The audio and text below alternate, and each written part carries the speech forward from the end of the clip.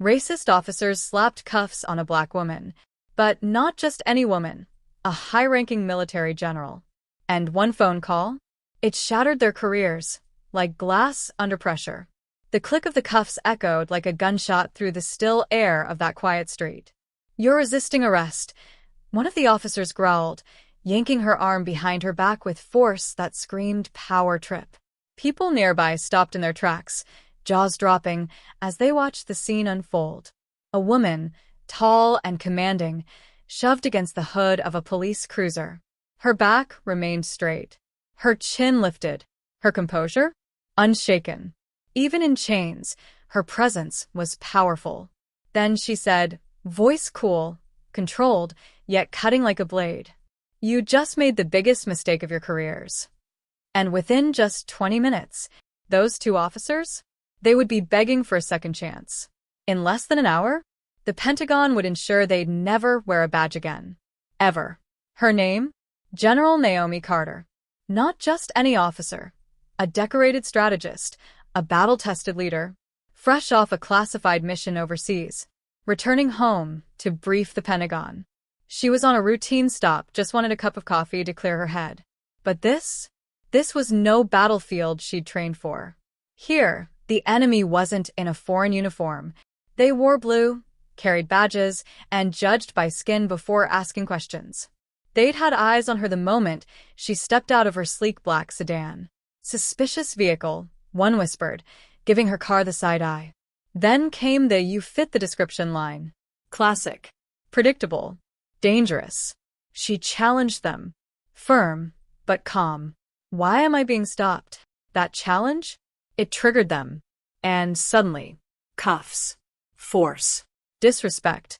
A smug look that said, "We're in control here."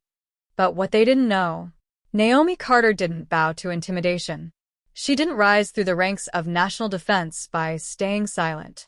She demanded, "Let me make a call." The taller one snorted. "You ain't calling nobody." Big mistake. Huge. With her hands behind her back, she turned her head to a nearby bystander.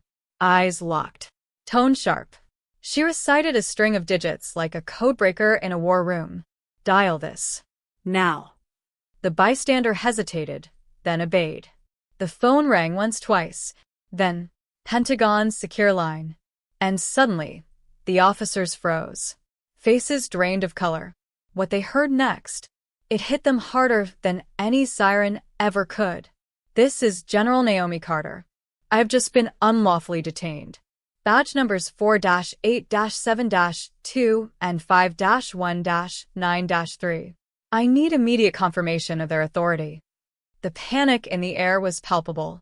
Their radios crackled, no longer with calm dispatch tones, but with urgent, scrambling voices. "All units, stand down. Repeat. Stand down." Backup cars swarmed in, but not for her. The police chief's voice cracked through the comms like thunder. "You cuffed a Pentagon officer? Do you have any idea what you've done?" Naomi stood tall as the cuffs were removed. Not a word of thanks. Not a smile. She wasn't here to comfort. She was here to correct. She grabbed the phone and calmly stated, "Secretary, I want their records pulled. Every stop, every complaint. We need accountability." Then, turning to the now shaking officers, she said words they'd never forget.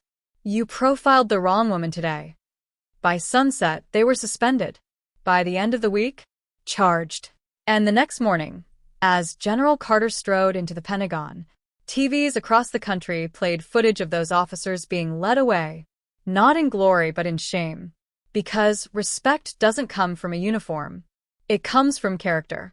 And even in street clothes, a general stands taller than prejudice ever could.